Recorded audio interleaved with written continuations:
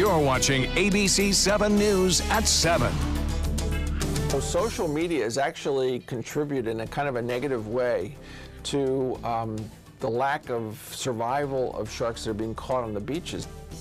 We've all seen videos on social media of sharks coming up to boats or the shoreline, or people putting themselves into danger to get close-up pictures of sharks. Good evening, everyone. I'm Alan Cohen, and welcome to ABC7 at 7. We'll have more on sharks on the Suncoast in a bit.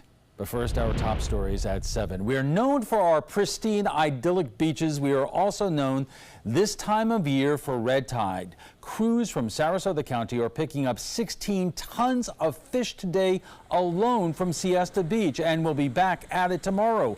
A machine with a sand rake is clearing the fish into a pile. Then the dead fish are placed into a dump truck, which is taken to a landfill in the Comus.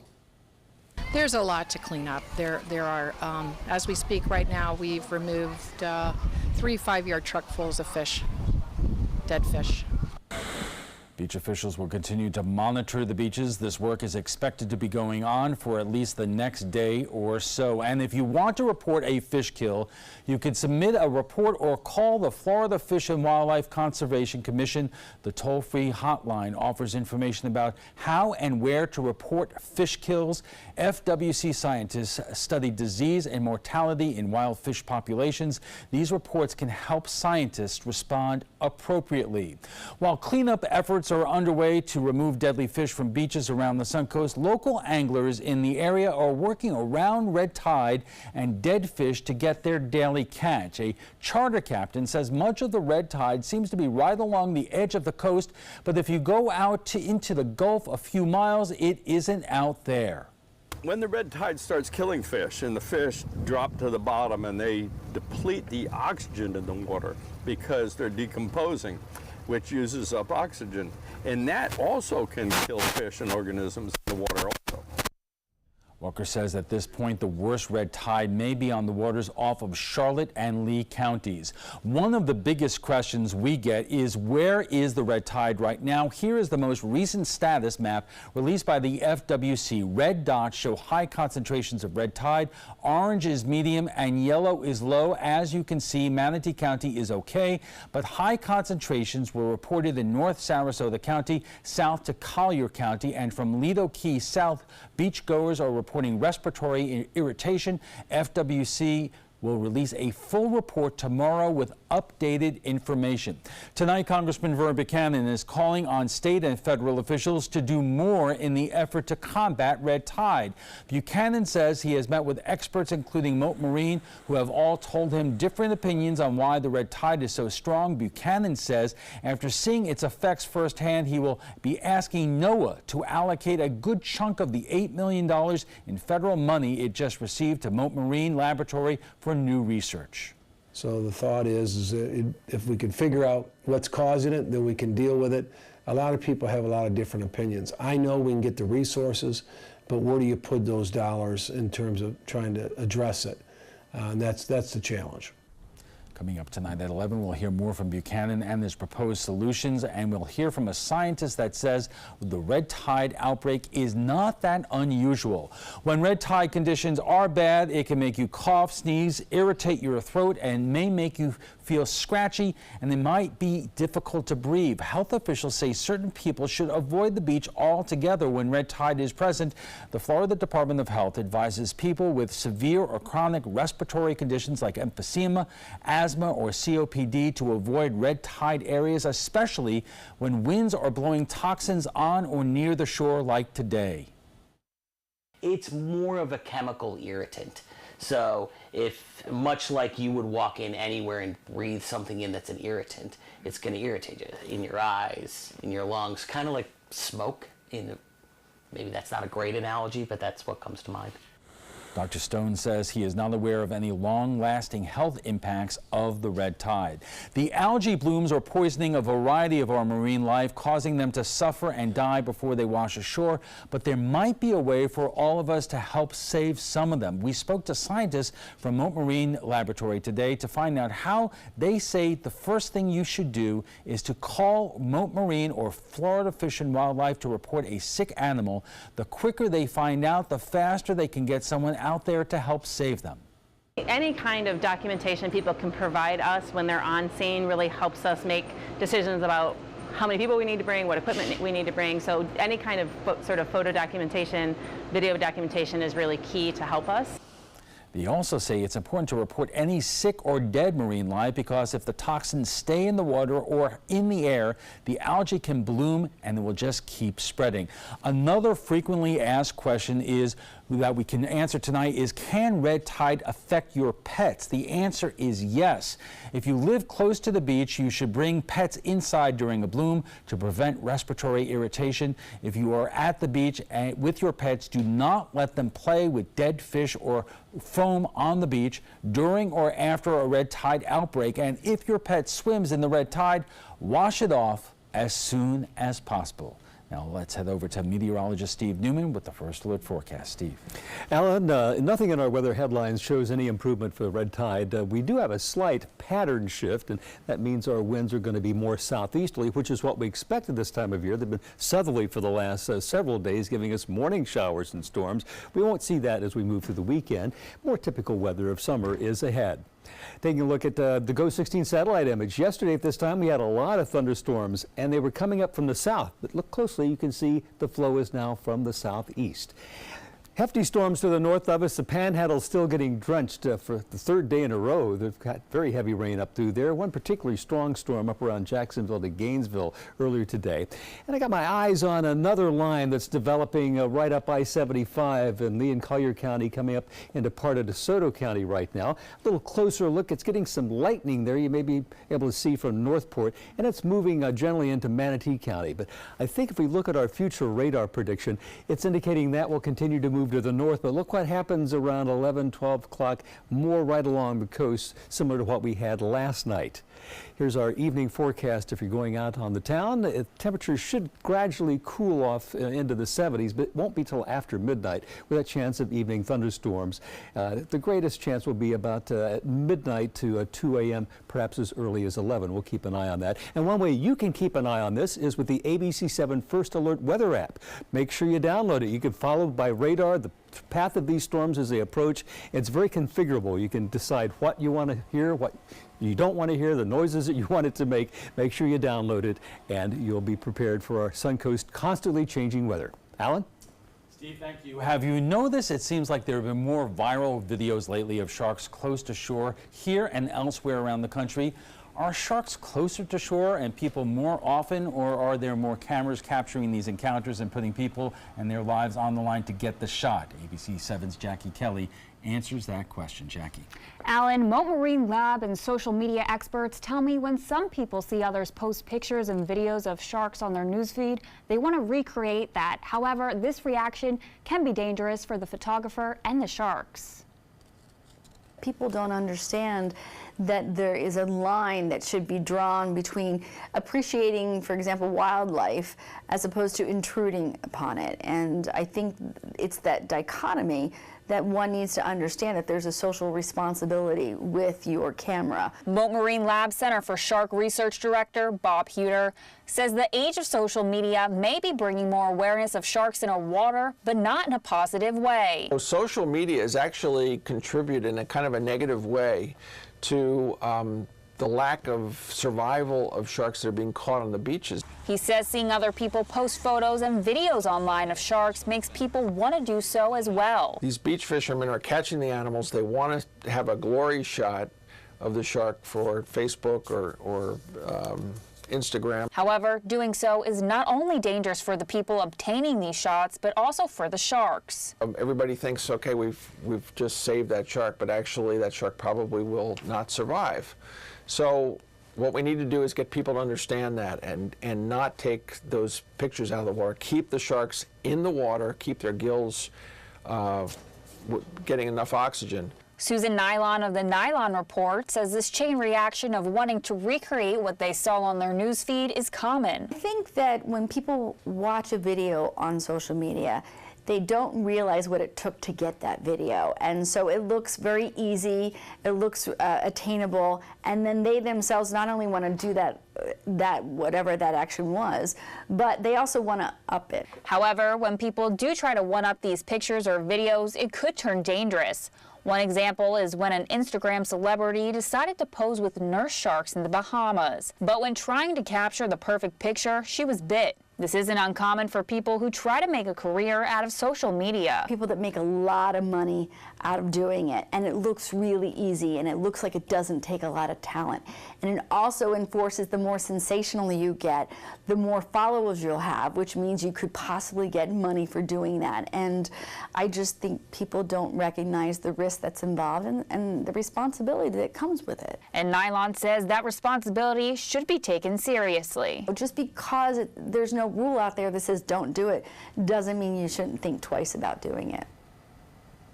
To help the issue of sharks being dragged up to the sand, the Florida Fish and Wildlife Conservation Commission is reviewing the rules for the land-based shark fishing to improve the practices with fishermen. Jackie, thank you very much. In a moment, a shark expert and a social media expert at the Trapezoid.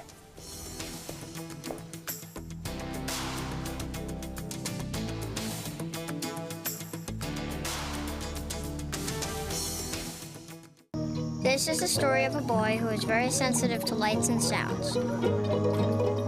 So he built secret hiding places where nothing could get in. The boy didn't like looking people in the eye. It made him feel uncomfortable.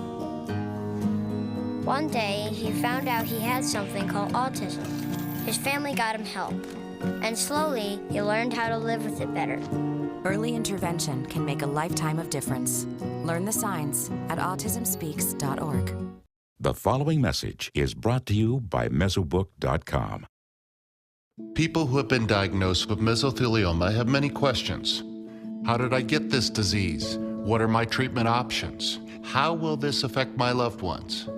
You need answers, which is why we offer a free book written by medical professionals who have treated mesothelioma. Call toll-free at 1-800-777-1366 or go to mesobook.com. Did you know that a dirty CPAP system could make you sick? If you knew what could be growing in your mask and hose, it would keep you up at night. Now, SoClean.com has released the world's first automated hands-free CPAP cleaner and sanitizer. With its patented design, SoClean is fast, effective, and hands-free, killing 99.9% of all CPAP germs and bacteria. Try SoClean now through this special TV offer, risk-free for 30 days. Just call 800-604-0398. The SoClean works, and it's a really effective product, and I couldn't believe how easy it was to use. SoClean works on all popular CPAP machines and masks, destroying CPAP germs and bacteria without the daily hassle of washing your system by hand. Just place your mask in, close the lid, and walk away. Voila! Sanitized and ready to use. Try SoClean risk-free for 30 days. This is a limited-time offer. Call now, 800-604-0398, or visit SoClean.com today. Did you know you could get life insurance for less than 32 cents a day?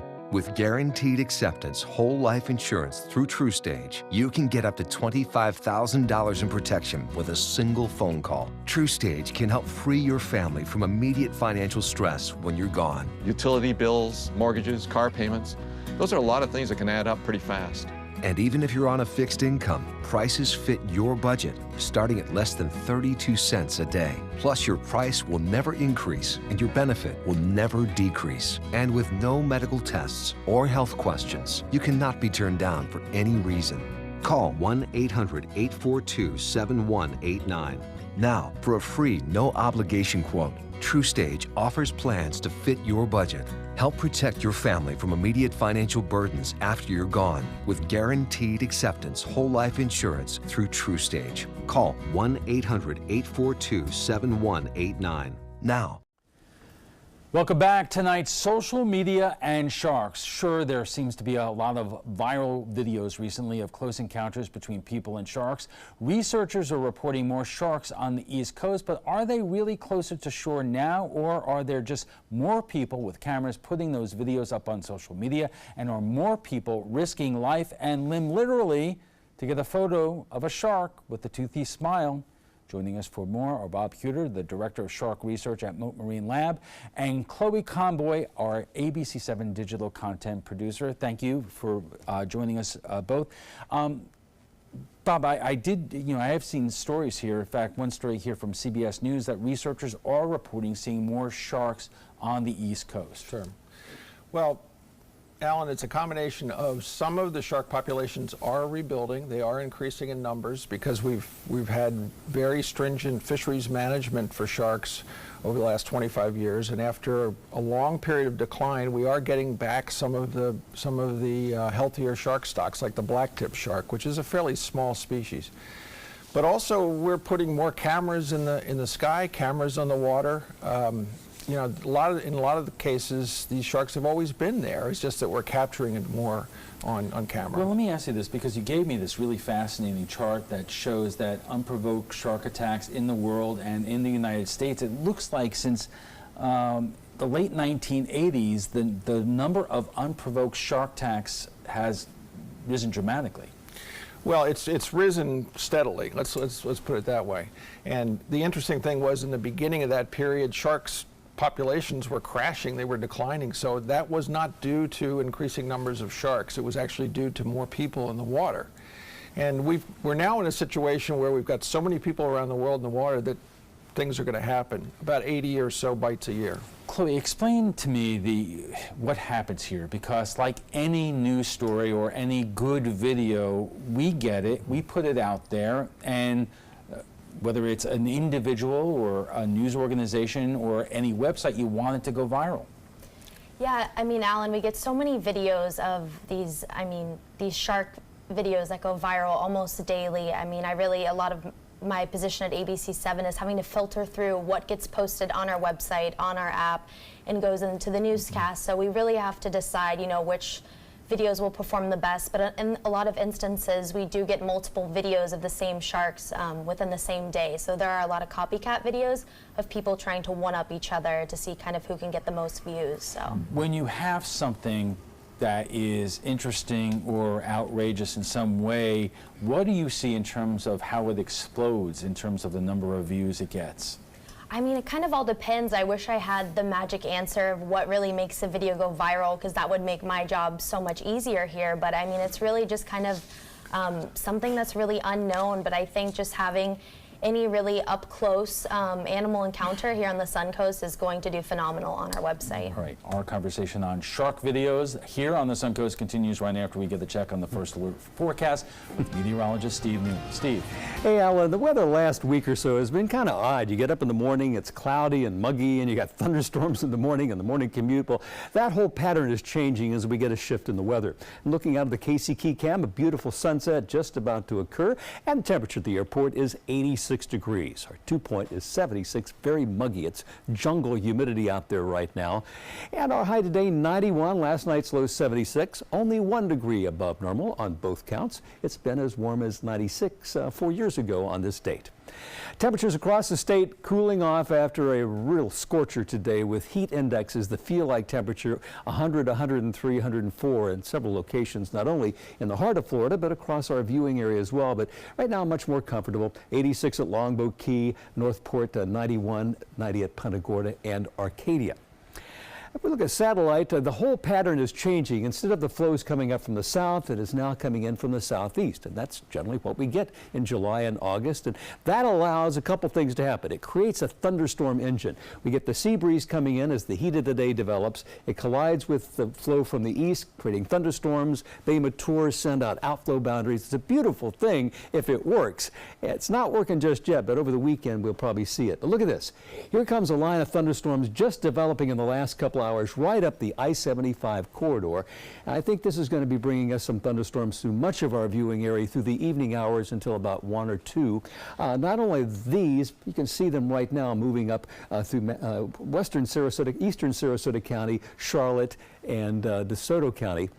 A lot of lightning with this, so if you see them coming, make sure you stay indoors with these very powerful blue positive bolts of lightning.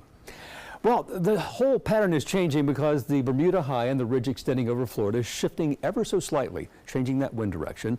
It's also pumping in a lot of moisture up and down the Atlantic coast with strong showers, particularly up in the Panhandle. Behind that stationary front, dry and not all that warm.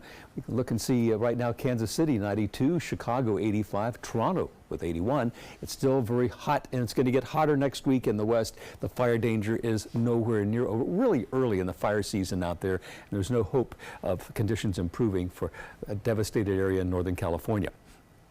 Right now, the hurricane season remains very quiet. We have another burst of dust from the Sahara that's blown out over the eastern Atlantic. And while we do have a couple of tropical waves out there, they're really nothing to speak of. The Caribbean is dry and mild, fairly quiet over the Gulf of Mexico. This is Hurricane Hector, and it is going to be a powerful storm as it moves toward Hawaii. They got an eye on it over the next several days. Here's our futurecast showing that thunderstorm engine I was telling you about developing in the next couple, 3 days and through the weekend. And by tomorrow evening, just as we'd expect, those thunderstorms developing in the interior and moving our way, giving us a nice cooling in the evening. We hope that really develops and sets in and stays that way. Here's our forecast for tonight. Look for those chance of thunderstorms becoming more likely by the hour, 75 the low temperature, and tomorrow we'll have another chance developing in the afternoon, but not in the morning, not at midday, more likely 5, 6, 7 o'clock with a high of 91. And here's your 7 day showing that 50 to 40% chance of showers and thunderstorms, very typical for this time of year, continuing right on through the early part of next week. Alan will be back with his guest right after these words. This is an important message for anyone with Medicare.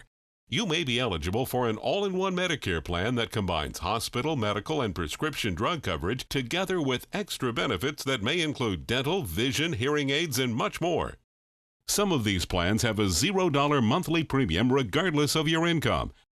That's right. For one low plan premium, or in some cases a $0 premium, you may be able to get coverage for your hospital visits, doctor appointments, prescription drugs, routine dental care, eyeglasses and contact lenses, hearing aids, and possibly more. Today may be the first time you've heard about this type of Medicare plan. The advisors at the Medicare.com helpline are licensed insurance agents who will explain more when you call. Call now to see if you qualify. Call the number on your screen now. Call now to see if you qualify for these benefits. You worked hard for your Medicare. Now is the time for your Medicare to work hard for you. Not affiliated with or acting on behalf of any government agency or program.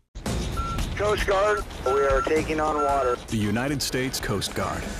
They secure our ports and waterways, protect our environment, keep drugs away from our kids, and save lives. It's dangerous work. And in times of triumph or tragedy, the Coast Guard Foundation answers the call to support Coast Guard members and their families. Learn more at coastguardfoundation.org.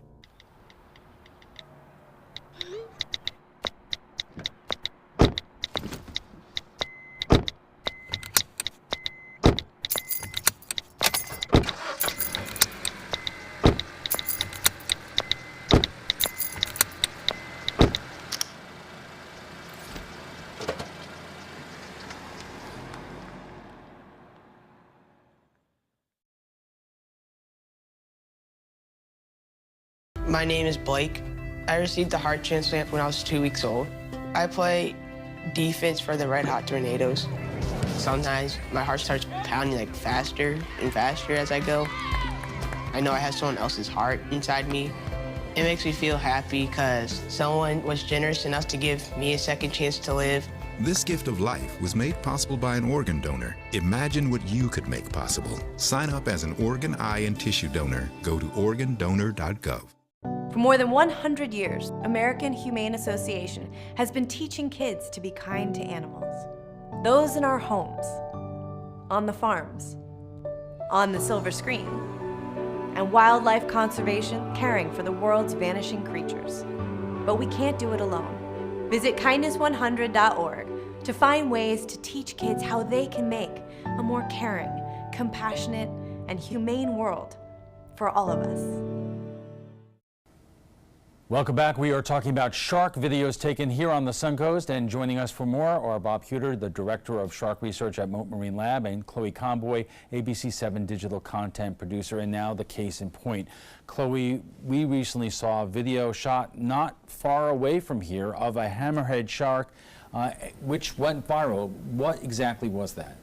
So what it was is we had a viewer send in video of a hammerhead shark chasing a tarpon through Longboat Key, kind of near Jewfish Island. This video got almost 1,200 shares, and it was seen by almost 200,000 people. So quickly, this video just automatically blew up on our website. And then within another 10 minutes, there's another video sent in of a couple on their jet ski vacationing on Siesta Key, seeing about the same sized hammerhead shark swimming through the Gulf. So I mean, it's just amazing. So Bob, that's the essence of what we're talking about tonight. Sure. Are there more instances of hammerhead sharks around here close to shore, or is it just that there are more people with all sorts of cameras? Well, I wish I could tell you that there's more hammerhead sharks, but there actually aren't. They've always been here. They've been doing this for eons. It's just that everybody at the beach, everybody in their boat has a smartphone. So everybody's getting video, and they're posting it in social media, and we're getting to see it. And as a scientist, I love it, because we really get to capture these animals, you know, see what they're doing in the wild. But it's not reflecting any kind of trend in terms of more sharks along the beach. The other question is, are people risking life and limb, as I said at the outset, to get these shots, because they are incredible animals? And you want to get that shot, you want your video to go viral. Sure. It depends on how you do it. I mean, if you do it, if you're smart, if you have a drone, obviously there's no threat, and we get great footage from a drone. But if you go out in the water and you stand in front of a feeding shark, I don't care whether it's an aggressive shark against people or not, you're risking danger, because you're getting in the way of that animal trying to feed. Hammerheads, for example, they're not animals that normally bite people. It's very rare that hammerheads bite people. But if you see one along the beach, and they will come along the beach among people sometimes going after tarpon, get out of the way. Give the animal space, and it will continue on after that tarpon or stingray or whatever it wants to eat. Chloe, how often do you see video come in here? Maybe not even specifically just about sharks, but people that you see are taking risks that they should not take to get that shot or to get that video? Well, for an instance, we just had a viewer send in a video of manatees mating right off the beach. I mean, probably in knee-deep water, and you see people gathering up, you know, as this close to the manatees, and you know, you're not supposed to touch them or get anywhere near them when they are mating close to the shore. So really taking that risk is, you know, something we don't recommend for people to, you know, capture these great videos. It's definitely something people need to be careful with. And you talked about that with the hammerhead video, how just about 250,000 views on, you know, of that video. Where are those views? Are they locally around here, around the state, around the country, around the world? Most of the shares came from locally and on the Suncoast area, but a lot of it kind of ventured up into northern Florida. So, I mean, it definitely mainly was part in the Suncoast, but it gets shares from mutual friends, and our main driver of when people view our videos is from our ABC7 Facebook page. So that's kind of where we are getting all the views. Okay, we are going to take a quick break. We are just getting warmed up. Our conversation on shark videos here on the Suncoast will continue after a quick break. Stay with us. Our nation's servicemen and women show great courage and leadership, both on and off the battlefield. When they transition to civilian life, they can apply the skills and values they learned in the military to the workplace. That's why the Coalition to Salute America's Heroes is urging employers everywhere to be smart, bet on a vet. Hiring a veteran is also a great way to show your appreciation for them. To learn more, call 1-888-44-SALUTE. Mascara adds depth to the eyes. Lipstick gives the mouth color and definition. And ALS paralyzes the body. You look great, Mom. Thank you. Slowly taking away the ability to move and eventually breathe.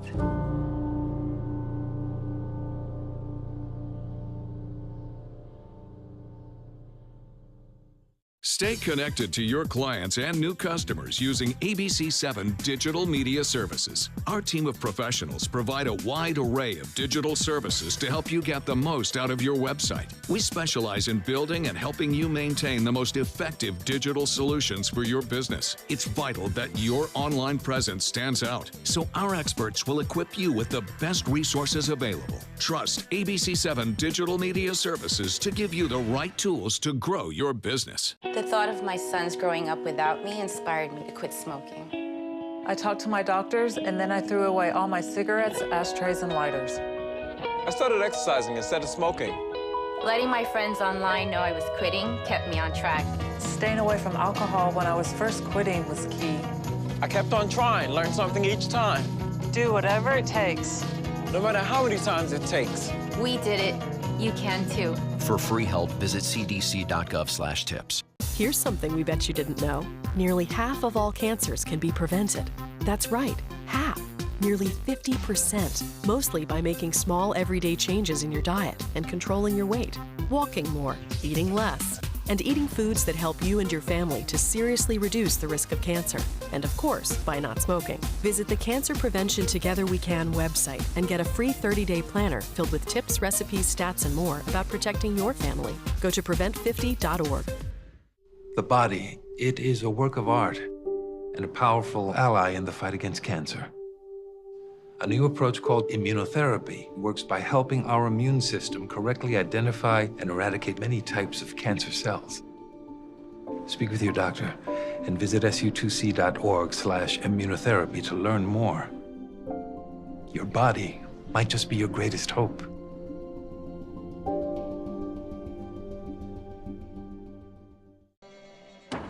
Every child follows a path in life. For many, that path will lead them to a door that gives them a place to grow, to learn, to belong, a place to forge their future. Because while many doors open, these doors transform. They did for us. Support your local Boys and Girls Clubs. Great futures start here. You're watching ABC7 News at 7:30. Welcome back, everyone. We are talking about sharks close to shore. And joining us for more are Bob Huter, Director of Shark Research at Moat Marine Lab, and Chloe Comboy, ABC7 Digital Content Producer. And Bob, you were telling me during the break, the real danger here is not to people so much as the sharks. Yeah, Alan, I would never want to minimize the human safety factor. Human safety is, of course, number one importance in all cases. But what's really happening in terms of the effect of social media and trying to get glory shots of sharks is it's causing the land-based, what we call land-based shark fishermen, people that are fishing from beaches, to want to get that great picture for Instagram or that great post for Facebook. So instead of catching the shark and practicing proper catch and release, leaving the animal in the water and then cutting the leader, letting it go, they're dragging the shark up out of the water onto the sand so they can get that great shot, not realizing that they're pretty much sentencing that animal to death in a lot of cases. And Chloe, to get that shot, I mean, people are putting it on Facebook or, all the different social media platforms, and that's how it explodes online.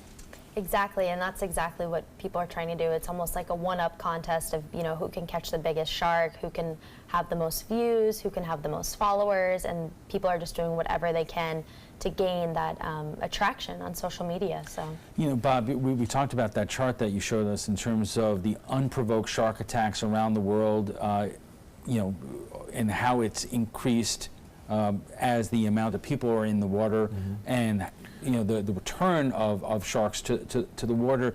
Obviously, that chart does not talk about provoked shark attacks. Is there any kind of data out there in terms of how many cases it's been that people do things stupid and basically almost invite these animals to bite? Yeah, you can't fix stupid sometimes.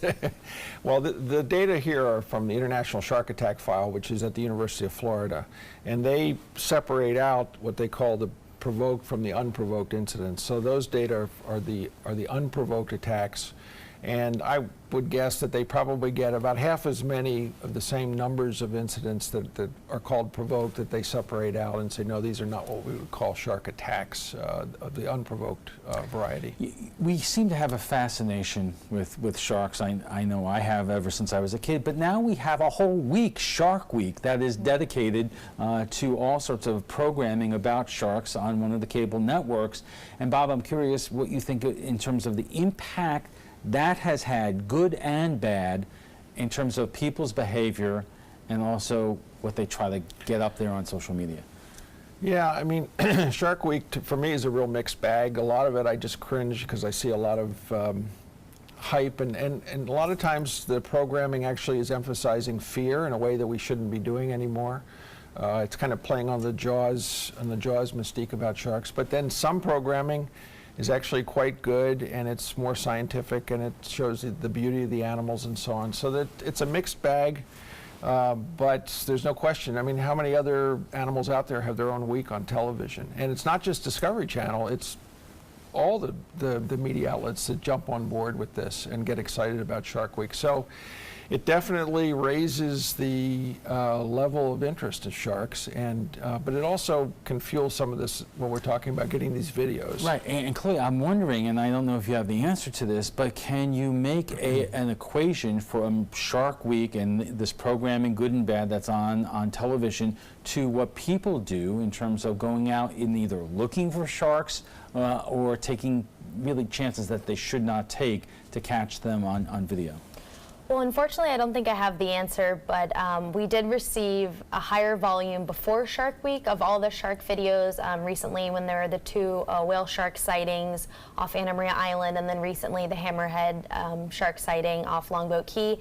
So I'm not sure if, Shark Week really plays into the whole equation of, increasing what people do to capture these social media videos. As a scientist, I can weigh in on that. I think that all those people that were sending you those videos and posting those videos, when Shark Week comes along, they're not out there, they're all watching Shark Week. That could be the So they stop posting for a while. Now after Shark Week, we'll probably see it return. Now, Bob, we talk about Florida almost being the epicenter of shark with bites or attacks or whatever. Is it really this coast or the East Coast, and are these the type of sharks that can cause considerable damage? Actually, the occurrence of shark bites or attacks on this coast is very rare. Even though Florida as a state accounts for almost 25% of the number of unprovoked attacks or bites in the world every year.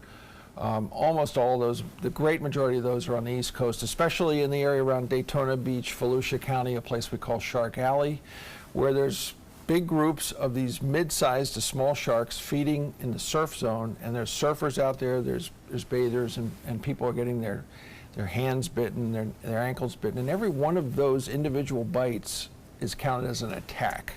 So we look like we're the focus of all these attacks, when in fact most of these are not very serious. What kind of sharks are those? Primarily a species called the blacktip shark, which we have here on the Gulf Coast.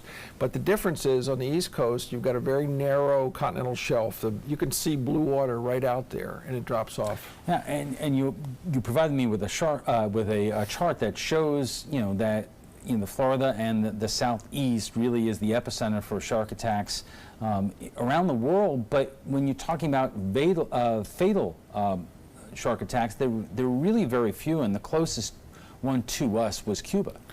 Last year, that's true. Well, the Cuba attack was extremely unusual. Cuba has had very few fatal shark attacks, very few attacks, so that was an outlier. But only five fatalities last year, 2 on Reunion Island, 1 in Australia, and 1 in Cuba, and I forget where the other one was. It's on the map there. But we occasionally get 1 in Florida, but it's maybe 1 a decade. And really around this time of year, we're also seeing videos and stories coming out of New England off of Cape Cod and off of Massachusetts. And we're talking about great whites up there, and there seems to be stories that people are seeing more of them, and obviously great whites from our fabled history and the movies are really what puts the fear in men and women. Well, they are formidable predators. They're the top dog out there, the top predator. And I work personally on white sharks on the ship O-Search, which is an organization that Moat collaborates with. Yes, and as a matter of fact, the white shark population is beginning to rise after a long period of decline. So a lot of people are saying, is that really a good thing? Well, the fact is the ecosystem is out of balance in the Northeast, and we have the white shark prey, seals, that are completely overpopulated. We need to bring these animals back, and they're not going after people. We know through our satellite tracking that they come very close to the beach in Florida in the wintertime, have never bothered anybody down here. So. And Chloe, you have posted some of these videos that we have gotten locally. Where can people who are watching this right now find them? Yes, anybody that wants to see these videos, they can go to the ABC7 Sarasota Facebook page. We have a My Suncoast Twitter page. We also have the mysuncoast.com website, where we've also compiled an article with where you can watch all of these videos of all the shark videos sent in to us. And then we also encourage people to always send us any pictures or photos or videos to pix at mysuncoast.com. But we encourage people to be careful out there. Correct. And keep their distance and Correct. Be safe. So also the sharks are safe because it's their home. And we need them. Absolutely. We do need them. Definitely. Right. Thank you both for being here tonight. We want to thank Bob Huter, the Director of Shark Research at Moat Marine Laboratory, and Chloe Comboy, ABC7 digital content producer, for joining us tonight. When we return, we'll be joined by USF Sarasota Manatee Economics instructor Michael Snipes, who will be here to discuss fractals. Stick around, because I have no idea what that means. Hi, I'm Chef Bob. Watch Aprons in the Kitchen every Wednesday morning on ABC7, where we'll be serving up the most awesome dishes. Then stop by your neighborhood Publix, pick up the recipe card and all the ingredients. The following message is brought to you by Mesobook.com.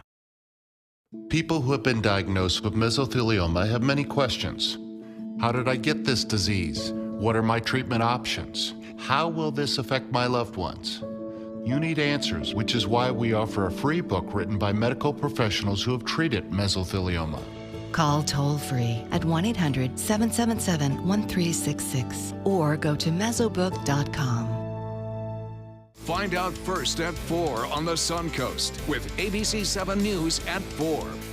ABC7 News at 4 starts with a detailed look at your first alert weather forecast to help you plan and prepare. We give you a fresh, fast-paced rundown of the day's top stories and videos, including breaking news, live updates, and traffic hotspots, all at a new, more convenient time.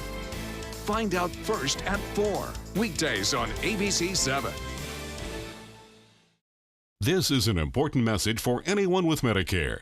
You may be eligible for an all-in-one Medicare plan that combines hospital, medical, and prescription drug coverage together with extra benefits that may include dental, vision, hearing aids, and much more. Some of these plans have a $0 monthly premium regardless of your income. That's right. For one low plan premium, or in some cases a $0 premium, you may be able to get coverage for your hospital visits, doctor appointments, prescription drugs, routine dental care, eyeglasses and contact lenses, hearing aids, and possibly more. Today may be the first time you've heard about this type of Medicare plan. The advisors at the Medicare.com helpline are licensed insurance agents who will explain more when you call. Call now to see if you qualify. Call the number on your screen now. Call now to see if you qualify for these benefits. You worked hard for your Medicare. Now is the time for your Medicare to work hard for you. Not affiliated with or acting on behalf of any government agency or program. Don't allow your weight to threaten your health or control your future. Excess weight or obesity can cause emotional and physical health risks. But you can take control. The Your Weight Matters campaign offers free resources and tips to help you measure and understand your weight. Take the Your Weight Matters Challenge. The free toolkit prepares you to speak with a healthcare provider about your weight. Your weight does matter. Take the challenge and take control today. It's rainy season on the Suncoast. Storms can pop up at a moment's notice. Sometimes it's just rain. Sometimes it's much worse. When severe weather strikes, trust ABC7 First Alert Weather. We're here for you. Welcome back. The concept of fractals in economics are mostly used in the sense of power law distributions. What does that mean and how does it affect us? Here to explain all of that and more is Michael Snipes, an economics instructor from USF Sarasota Manatee. Michael. Yeah, so, you know, like when most people think of fractals, they think of like these really crazy shapes that people have on their wall with like black lights and things like that. So you think of, you know, crazy pictures like that are like real trippy and mind expanding, and you think of things like that. Or if you've got a little girl at home, you know, a lot of the times you may think of, you know, certain Nordic princesses and their fractal powers, man. And so it's like these crazy shapes that you can have on your walls and things like that. But we also see fractals in nature. So a lot of the times the way you can describe geometry in nature is through fractals. So when we look at things like rivers, rivers tend to have fractal shapes. Or when we look at things like ferns, ferns tend to have fractal shapes. And really the way fractals got started in a proper sense was people were trying to measure the coastline of England, measure the coastline of Great Britain, and it turns out that that's a really trippy thing to do. It's a really hard thing to do because it's so jagged and so craggly that really you can't use normal math to do it. So what is a fractal? Well, basically the idea of a fractal is this idea of what we call something being self-similar. So it's like no matter how close you get or how far away you get, it always looks the same. So in math, there's a couple of really cool fractals that are like really trippy, man. I tell you, there's like this real famous one. It's called like the Mandelbrot set, and it deals with like imaginary numbers. So like numbers that are imaginary, right? And then we've got things called, you know, Koch snowflakes, which are these things that have infinite borders but a finite area. That's trippy. And we got like the very first fractal, this thing that we call the Cantor set. And Cantor, he was a hip cat, man. He was the one who came up with the first fractal. They've even got entire books dedicated to fractals. So you may be thinking, what does all this have to do with economics? And that's a good question. So I've got a couple things for you. I've got these three pictures. And what I want you to do is I want you to tell me what these things, or when these things occurred. So these are all stock prices for ExxonMobil, right? And they're taken at different time periods, right? So we've got one that's for a year, one that's for 2 years, one that's for 5 years. So which one of those is which? What do you think, Alan? 5 years, 2 years. Yeah, so but it's like really hard to tell. You can't tell just by looking at it, right? So it doesn't matter if we're looking at a fern where things look the same no matter how close you get. If we consider time to be a dimension of time, things can look pretty similar across time too. Well, we learn something new every week from you, Michael. Peace out. Yeah, peace and love, Sarasota. All right. Thank you to Michael Snipes, our economics instructor from USF Sarasota Manatee, for joining us tonight. Michael joins us every Thursday to discuss the world of economics. When we return, how likely is it the Russians are going to interfere with our elections this year? Right now, though, let's get the final check on our first alert forecast from meteorologist Steve Newman. Steve. Thanks, Alan. I'm going to be looking for fractals in my radar images and satellite pictures from now on. I know we can find them there somewhere. These are high temperatures today. 92 at Tampa and Fort Myers, 93 at Naples, but it felt a lot warmer than that because the humidity, the feel-like index was over 100 degrees in many places, and it will be that way again tomorrow. 91, today's high at Sarasota, and 91 at Venice. Currently at the airport, we've cooled off to 86. We'll probably have more cooling with some thunderstorms approaching from the east. We'll talk about that in a minute, but right now the humidity dew point 76, 72 is the humidity. And look at what's happened in the last couple hours by satellite. Just an explosive growth of thunderstorms right along the west coast of Florida. And you can see it by radar all up and down from Lee and Collier County, approaching us from the east, and they got a lot of lightning with them. So if you're going out tonight, be alert to that. Right now, crossing Charlotte Harbor, about Myakka River State Park, they got some good storms there. That's what that cluster is. And they will be moving into the Manatee County area tonight. Now, I don't think those are actually going to hit right along the Venice-Sarasota coastline, but there's another group that could develop later on tonight about 11 or 12. Boy, they would really like to have storms like these out in California. You can see the smoke plumes, not only from the California fires, fires, but the ones up around Medford, Oregon are really bad as well. Most of the news coverage has been around the wine country for the Mendocino complex fire, where they've had more evacuations this afternoon. Lakeport and Clear Lake, you see Clear Lake there, and Lower Lake have been ordered to evacuate, and around Reading. You can just see that car fire complex, the smoke from it. Temperatures still very hot, and they've got like 12,000 firefighters fighting these two fires, and they brought in 3,000 prisoners in the last week. We would hope that conditions are going to get better for those fires, but it does not look like that's going to be the case, and we're really early in the fire season. High today, 100 in Reading. Look what happens over the weekend. 102 tomorrow. A little cooler on Saturday and Sunday, but not much difference. The humidity still remains low. But look what happens we move into next week. Back to 101 at Reading on Monday and 107 next Tuesday. We have beautiful rain, so if it's raining outside, count your blessings, because without the rain, that's what happens. And this is really a beautiful thing to see, our thunderstorm engine kicking in again. After about a week or so, where the flow was from the south and the rain was in the morning and it was cloudy, it's back to typical for this time of year. And by tomorrow at 6 o'clock, you can see the storms coming in from the interior, as we would expect for this time of year, and it continues into Saturday and Sunday as well. Here's my forecast for tonight. We're going to see those storms rumble over the area, especially in inland areas. 75 for the low temperature tonight, with light winds except for near the storms. Tomorrow will start off dry, but that chance increases of thunderstorms to about 50% in the afternoon, and the heat index is going to soar to 101. Here's your 7-day, showing that the temperatures will remain pretty close to seasonal normal. Nighttime lows pretty close to seasonal normal, and the rainfall chances pretty close to seasonal normal, except for the outlier Tuesday down to 20%. The models think that's going to be sunny and drier. We'll see about that. Alan will be back right after these words. Pets bring so much joy to our lives. They're loyal, they're protective, and smart. Yet as smart as our pets might be, they can't advocate for themselves, especially in the event of a natural disaster. During Hurricane Harvey, many families were separated from their pets. That's why it's important your pet is part of your family's disaster preparedness plan. Talk to your veterinarian and visit banfieldfoundation.org/disaster. Don't save it for a rainy day.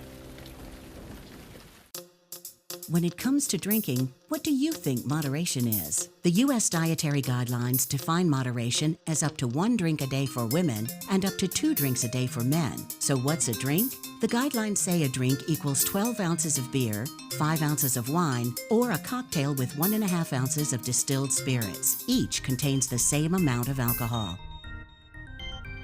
Like to learn more? Visit drinkinmoderation.org. My name is Julius. I have cerebral palsy. I work for Farmer Jeffy Weising Law Firm. I do a lot of data entry and scanning documents. I want to increase my working experience to make the company much better. At the end of the day, it's good to think of the day's work and to think about what I have accomplished. Hi, this is Dan Marino. When your business recruits people with disabilities, everybody wins. To find out how, go to abilitieswork.employflorida.com. We've all heard how military veterans adjusting to the civilian world may have certain issues. 30. 70.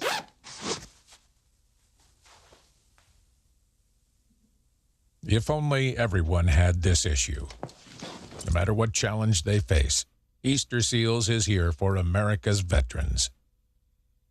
I took my first handful of pills, and that's when all my priorities seemed to change. He would ask to use the bathroom in other people's homes. He just assumed that they would have medication. He'd go in their medicine cabinets and steal prescription drugs. I wish I knew really what these prescription pills were. We were so naive about the whole drug thing. These are all synthetic forms of heroin. Keep your medication locked up because you'll never notice that a pill is gone. Mind your meds. Learn more from the Partnership for Drug-Free Kids. Are you a soccer mom or dad? Regardless of their age or experience level, when your kids play soccer or any other sport, there's one person on the sideline who is key to help recognize and seek medical care for sports-related concussion. It's you. You need to know the signs and symptoms of concussion, and you need to act if you think your child has been injured. Remember, when in doubt, sit them out. To learn more, go to cdc.gov/concussion. 2001, 2002, 2003, 2004. Checking primetime headlines over to the White House, where top officials are raising concerns about the 2018 and 2020 elections. ABC's Arlette Saenz has more. At the White House today, President Trump's national security team sounding the alarm about the upcoming elections. Our democracy itself is in the crosshairs. The nation's intelligence chief saying Russia still poses a threat, even if their attempts to interfere aren't as robust as in 2016.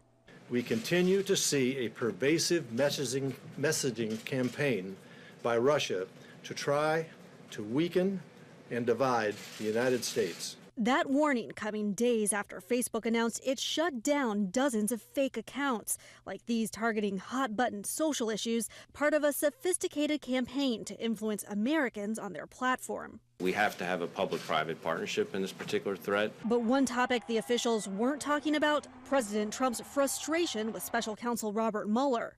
Sources tell ABC News the president is enraged over the special counsel's desire to question him about obstruction of justice. The president so infuriated by that development, sources say it prompted this Twitter eruption.